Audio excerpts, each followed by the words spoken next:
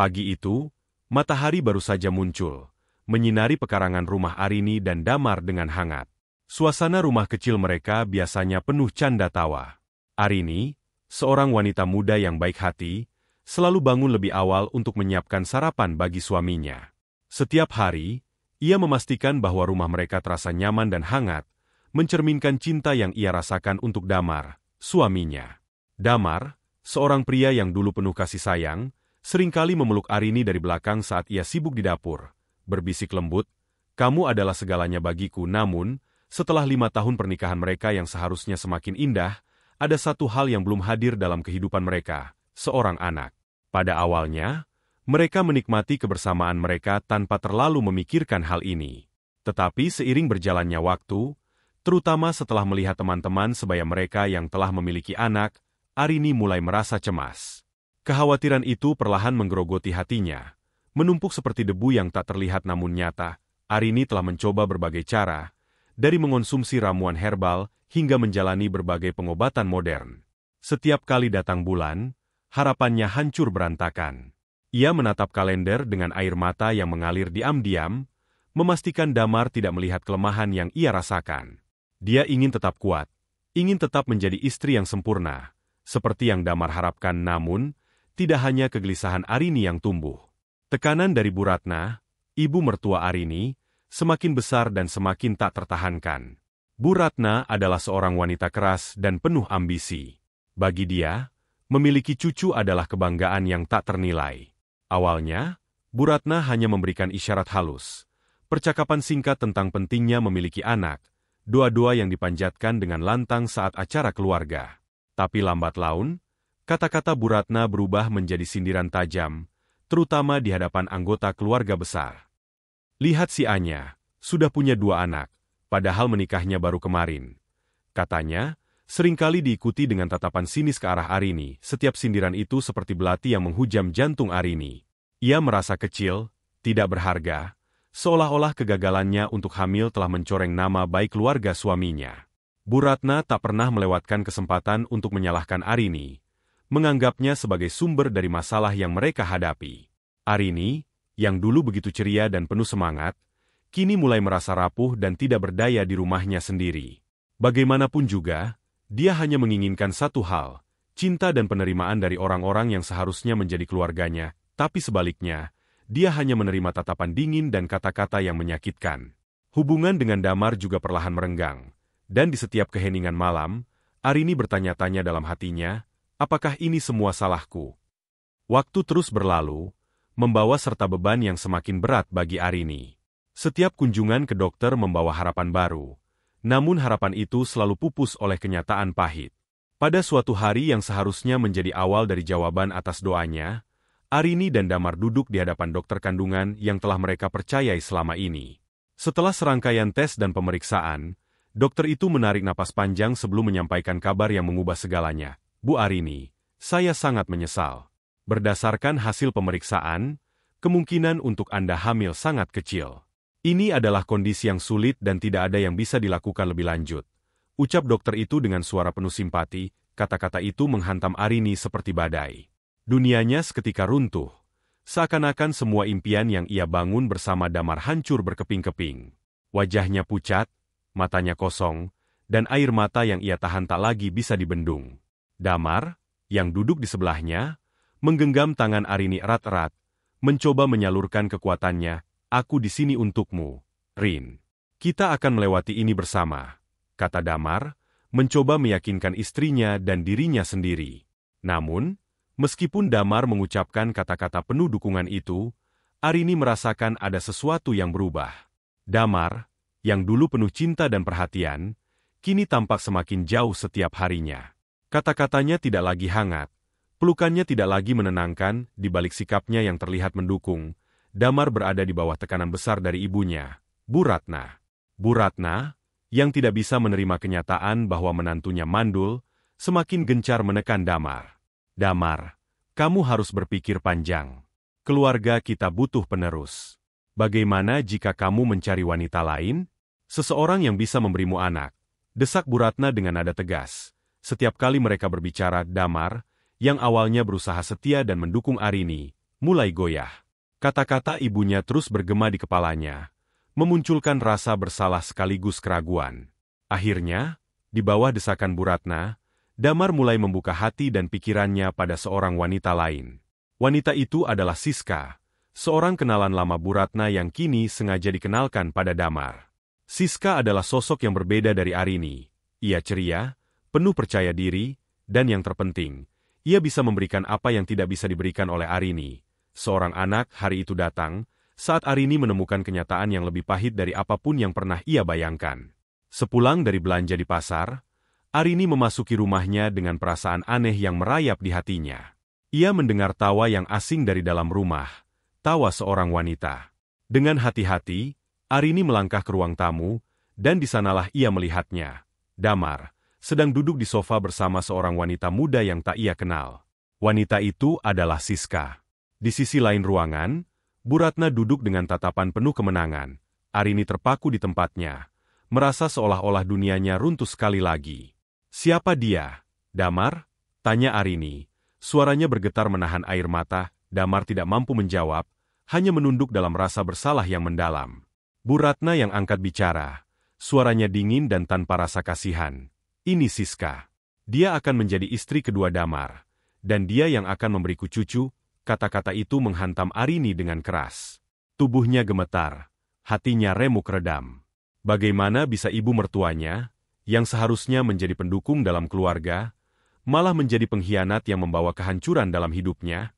Dan suaminya, pria yang ia cintai dan percayai, tega mengkhianati sumpah setia mereka. Dengan air mata mengalir deras, Arini menyadari bahwa ia telah kehilangan segalanya. Cinta, kepercayaan, dan harapan untuk masa depan yang ia impikan bersama Damar. Ia berdiri di sana, di tengah ruang tamu yang dulu penuh kenangan manis, kini berubah menjadi tempat yang penuh dengan kepedihan dan pengkhianatan. Namun, di balik semua kesakitan itu, di dalam hati Arini yang hancur, mulai tumbuh benih kekuatan yang belum pernah ia rasakan sebelumnya. Kekuatan yang akan membawanya untuk bangkit dan membalas semua luka yang ia derita. Arini berdiri di depan pintu rumahnya, rumah yang selama ini ia jaga dengan cinta dan dedikasi. Namun kini, rumah itu tak lagi terasa seperti tempat yang aman dan hangat.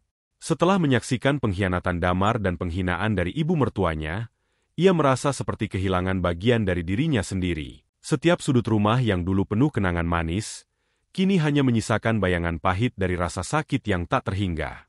Arini, yang merasa terpuruk oleh kenyataan bahwa orang-orang yang ia cintai dan percayai justru mengkhianatinya, memutuskan bahwa ia tak bisa lagi tinggal di sana, tanpa berpamitan.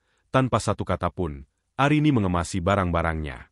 Hanya pakaian dan beberapa barang pribadi yang ia anggap penting, meninggalkan seluruh masa lalunya di belakang.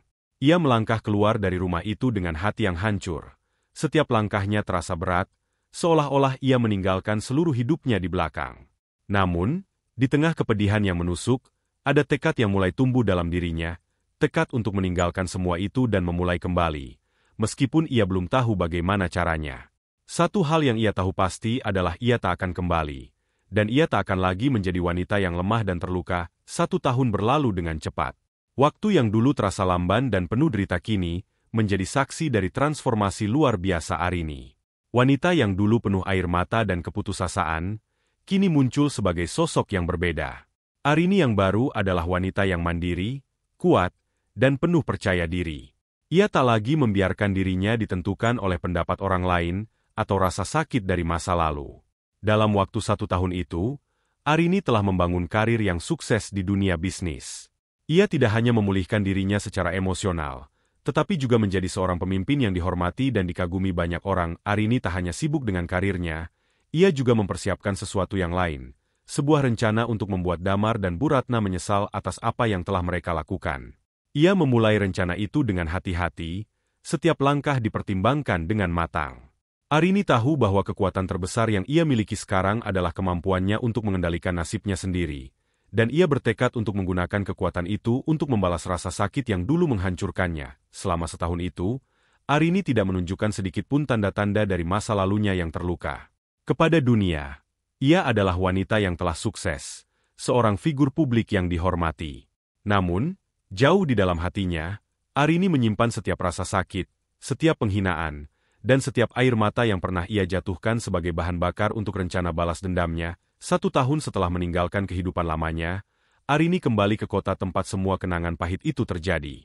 Namun, kini ia adalah sosok yang berbeda, lebih kuat, lebih anggun, dan dengan aura kesuksesan yang tak terbantahkan.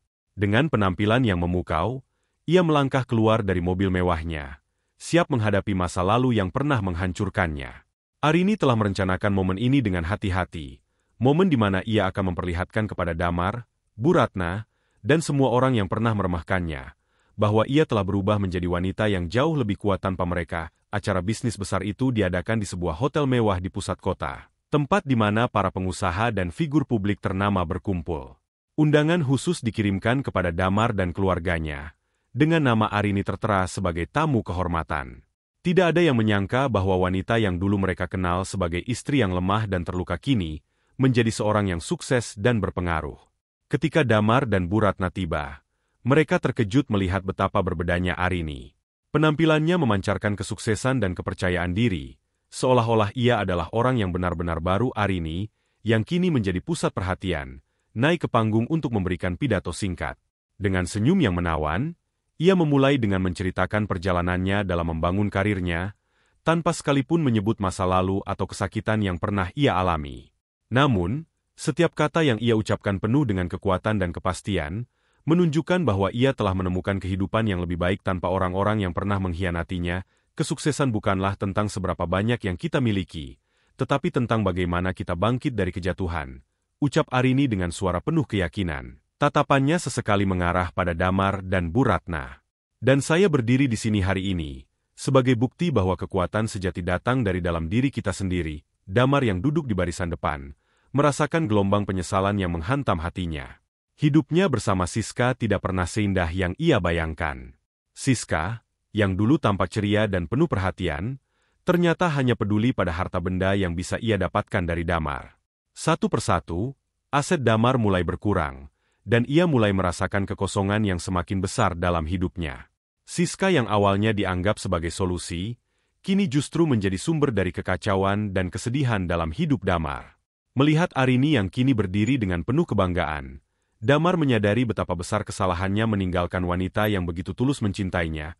Bu Ratna yang duduk di sebelahnya juga merasakan hal yang sama. Ia telah membiarkan ambisinya untuk memiliki cucu menghancurkan kehidupan putranya dan menantunya. Siska, yang ia anggap sebagai calon menantu sempurna, malah merusak keluarga mereka dari dalam. Dengan perasaan malu dan terhina, Bu Ratna menundukkan kepalanya, menyadari bahwa kesalahannya tidak dapat diperbaiki. Setelah pidato itu, Damar mendekati Arini dengan wajah penuh penyesalan. Arini, aku minta maaf. Aku telah membuat kesalahan besar. Aku menyesal telah menyakiti dan meninggalkanmu. Bisakah kita mulai lagi? Suaranya dipenuhi oleh rasa bersalah, sementara matanya memohon pengampunan. Namun, Arini hanya tersenyum tipis. Senyuman yang penuh kekuatan dan ketegasan. Damar, aku sudah memaafkanmu sejak lama. Tapi aku tidak bisa kembali ke masa lalu. Hidupku sudah berubah, dan aku bahagia dengan apa yang aku miliki sekarang. Aku sudah menemukan kebahagiaanku sendiri, dan itu tidak bergantung pada siapapun, termasuk kamu. Kata-kata Arini terdengar lembut, tetapi memiliki ketegasan yang tak terbantahkan. Damar yang dulu menjadi pusat dunianya, kini hanyalah bagian dari masa lalu yang telah ia tinggalkan. Arini kemudian berjalan meninggalkan Damar dan Bu Ratna, melangkah maju menuju masa depan yang telah ia ciptakan dengan kekuatannya sendiri. Tanpa menoleh ke belakang, ia meninggalkan mereka, menyadari bahwa kebahagiaannya adalah sesuatu yang ia ciptakan sendiri, tanpa bergantung pada siapapun. Di bawah sinar lampu-lampu mewah acara itu, Arini berjalan dengan kepala tegak, menunjukkan kepada dunia bahwa ia adalah seorang pemenang yang telah mengatasi semua rintangan dan keluar lebih kuat dari sebelumnya. Cerita ini mengajarkan bahwa kekuatan dan kebahagiaan sejati datang dari dalam diri sendiri. Arini berhasil bangkit dari kehancuran dan membuktikan bahwa ia mampu menjalani hidup yang lebih baik tanpa orang-orang yang menyakitinya.